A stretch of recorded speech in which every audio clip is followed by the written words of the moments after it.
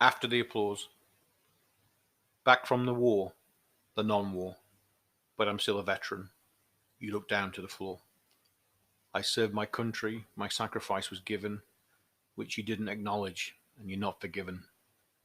The world looks strange through the same eyes. So many finals, so many silent goodbyes. There's no more rainbows amongst the blue skies. There's no more shown gratitude, since everyone has reached their prize. But everything changed for me in such a short time, but not to be seen is the largest of crimes. What lies behind these rhymes, Andrew?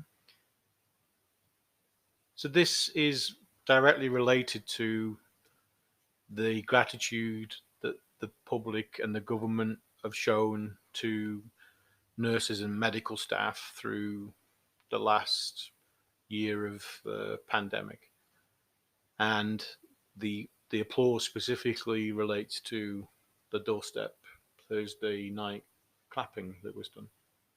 Um, you refer to that as gratitude.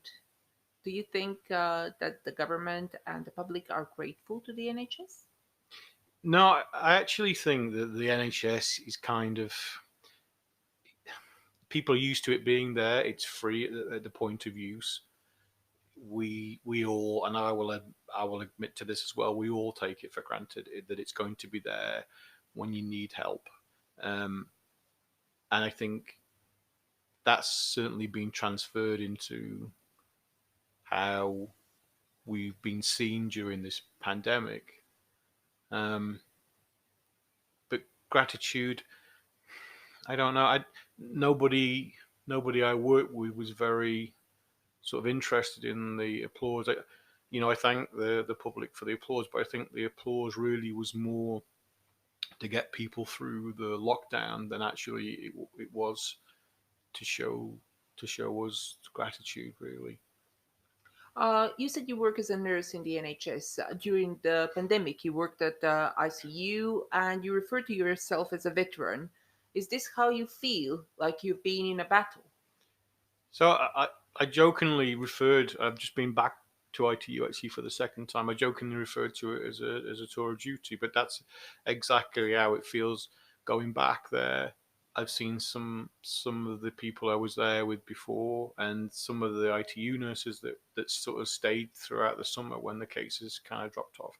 And there is a kind of battle weariness that they have in behind the eyes. Um, when we talk about gratitude, I have to say that veterans sometimes are forgotten after the war. Do you feel like that? I think that I don't think people would do that sort of on purpose.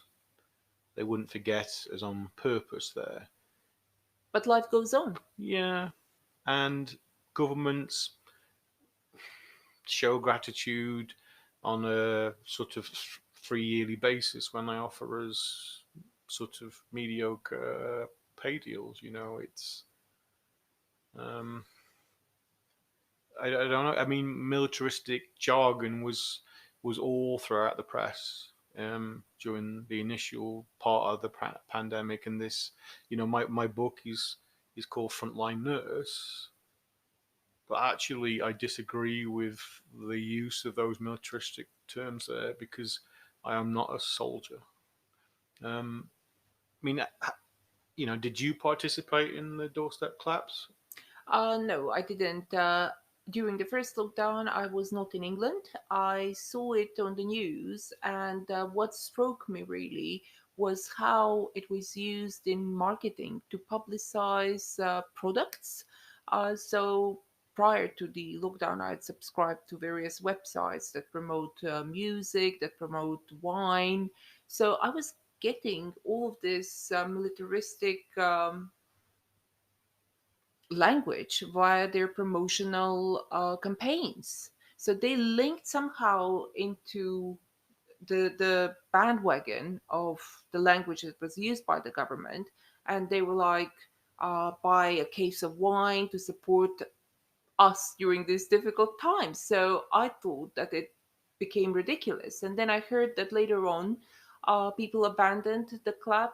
the clapping on Thursdays. So I guess there were mixed feelings, not just among people in your profession, but in the general public, how useful this was and how, you know, relevant this was for the people who were put like you, who were putting their lives on the line.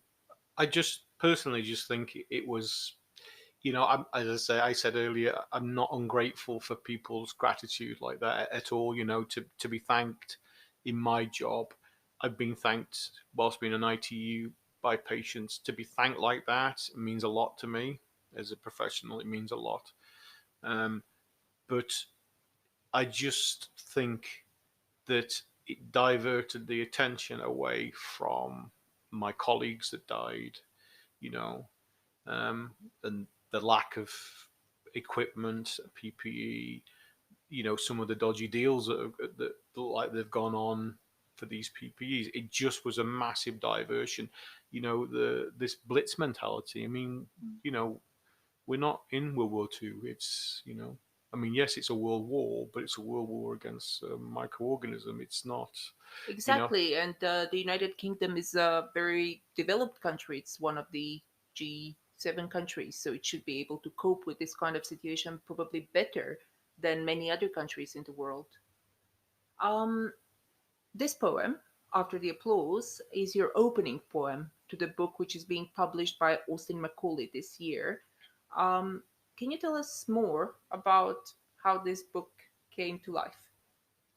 So I've written poetry and poems for the last several years, and I wrote quite a lot during the pandemic as well, and the first lockdown, and when I was first redeployed to ITU where I don't work normally.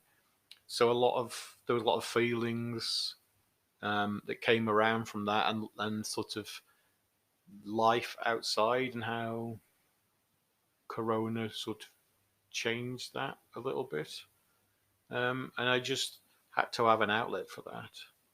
And there are some poems in that book that are very specific to experiences that I had on ITU, and some of the effects that had on me afterwards, and still have an effect on me now, like you know, semi insomnia sometimes, and vivid dreams. I have a poem about that, for example, and I still suffer from vivid dreams. I've dreamt of being an ITU working there, when I'm not there. You've never thought about publishing a book before, though, before Corona.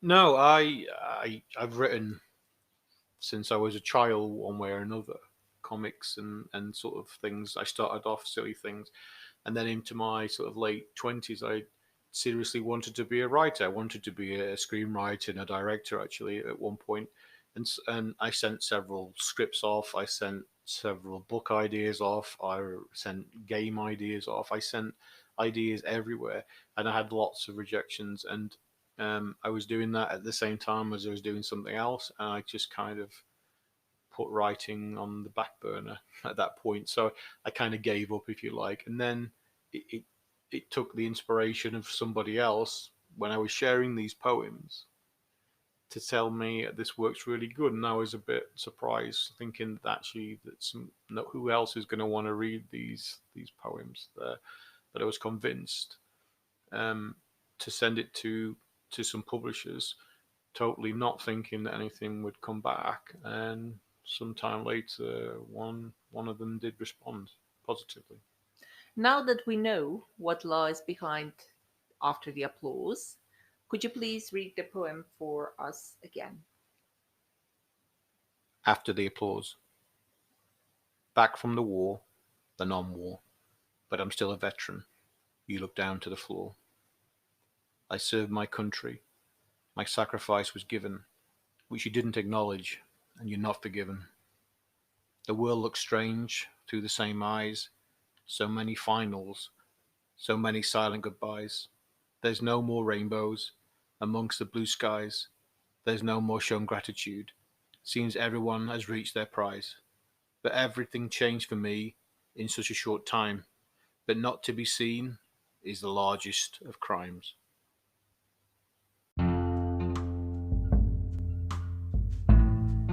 You have been listening to the special edition of Behind the Rhymes, The Mountain We'll Climb, with me, Andrew. And me, Maya. Thank you for listening to Series 1. To listen to Series 2, follow us or subscribe on Anchor, Breaker, Google Podcasts, Pocket Casts, Radio Public, Spotify, and Apple Podcasts.